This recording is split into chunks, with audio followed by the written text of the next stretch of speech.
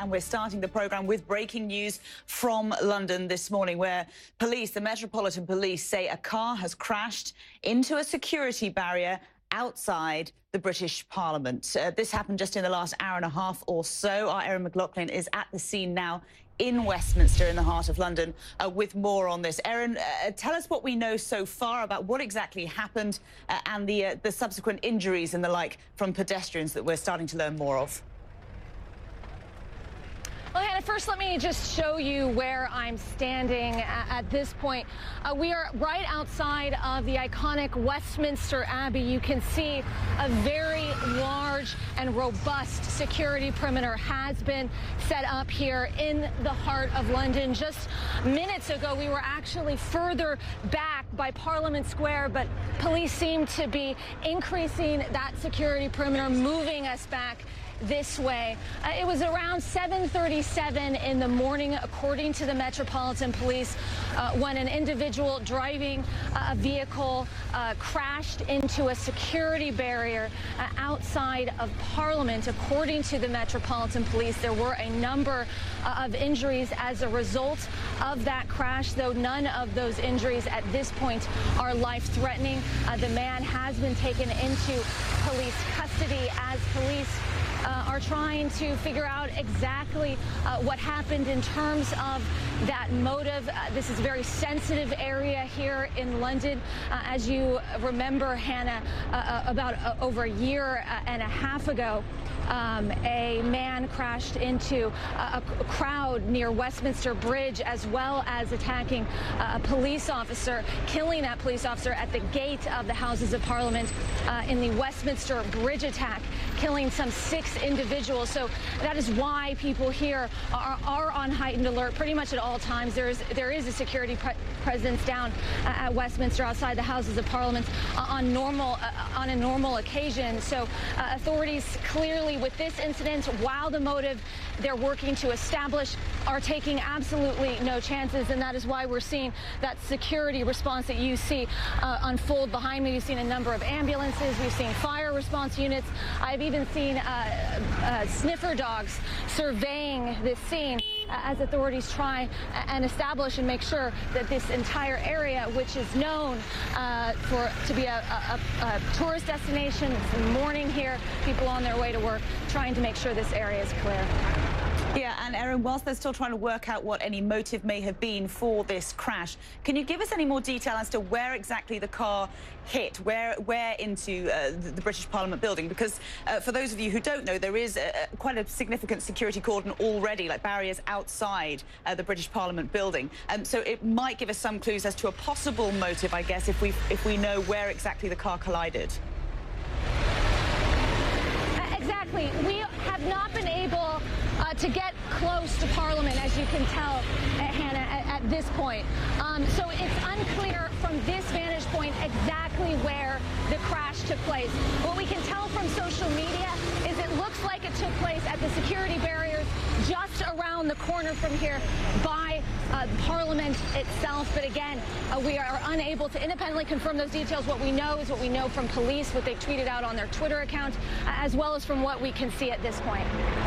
Yeah, Erin, obviously from where you are at the moment, there's a lot of traffic coming around you, people trying to dodge the security cordon and everyone getting on with their usual busy Tuesday morning, just gone 9 a.m. in the morning here, local time in London. Tell us a bit more, if you can, Erin, about the driver. We know that the driver of the vehicle was taken into custody by police. I think we actually have video of the moment when he, a male driver, was indeed arrested and will presumably now be under questioning by the Metropolitan Police force. Do we have any further details as to who he is? Not at this moment, Hannah. Authorities have not identified him, but as you say, at this point, they're likely questioning him as to his motive, why at 7:37 in the morning he crashed into that barrier, the reasonings behind that. Some eyewitnesses who saw the scene said it looked deliberate, but again, we don't know for sure, and that really at this point will be the heart of this ongoing investigation. As I said, though, so far, authorities are taking no chances. They're increasing the security perimeter, not decreasing it at this point. Yeah, I mean, this is a very, very busy part of central London. Westminster, obviously, is where Parliament is at the moment. We should point out, though, Erin, I guess for a lot of our viewers, that given the fact that it is the summer, we are currently in parliamentary recess, so Parliament itself wouldn't have been as busy as it would have been in other times of the year. But nevertheless, this is still a rush hour time and a very, very busy part of London. And so there would have been a lot of people, pedestrians on their way to work, tourists as well, having a look around Parliament, and general commuters as well. A lot of traffic on the roads as this incident took place, right? Absolutely. As I said, it happened at 7:30 in the morning, right when people are making their way to work. And just take a look at the scene around me, Hannah. You see people here lined up, tourists, as well as people making their way to work. This is a very crowded, busy area of London. It's also an iconic area of London. You've got the London Eye right there. You've got Parliament Square just over that way. Westminster Abbey right there. This is where people come to see the sights in London. So it would have been an extremely disturbing event for the people here that were here at around 7:30 this morning to see a crash of that nature take place, especially considering the history that, as I said, over a year ago, there was that Westminster Bridge attack in which there were fatalities, but luckily in this case it seems there are people injured, but those injuries, according to police, are not life-threatening. Yeah, all reports on social media at the moment, Erin, suggest that the police response has been superb. The fact that the area was cordoned off very, very quickly indeed, that the individual was taken into custody. And of course, we've seen just from the live images and from the images from just a couple of hours ago, that emergency services seem to be on the scene very, very quickly. Ambulances taking those injured away. Have we had any spoken word yet from the Metropolitan Police as to the operation ongoing? Not at this point. What the Metropolitan Police is advising is that members of the media keep track of their Twitter account. They've been regularly tweeting updates, keeping people apprised of the situation. But yes, the police response was massive. But again, it would have been considering the level of policing that's already here in Westminster for this kind of incident.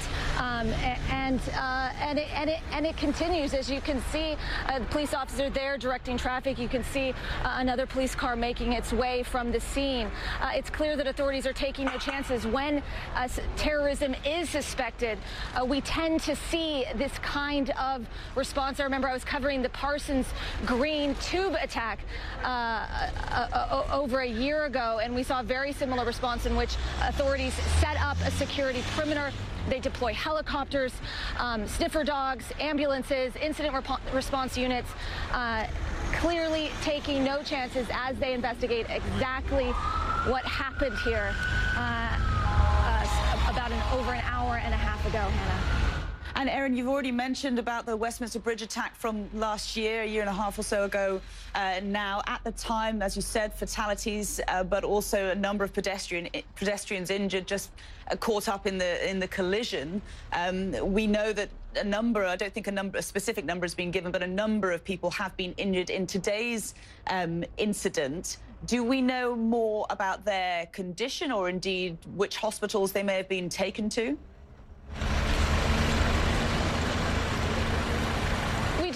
Hospital they have been taken to, Hannah. We also, but what we do know from the Metropolitan Police, from their Twitter account, is they've tweeted out that a number have been injured, but they do not believe that any of those injuries are life-threatening in nature. But that's pretty much all we know at this point about the victims of this crash.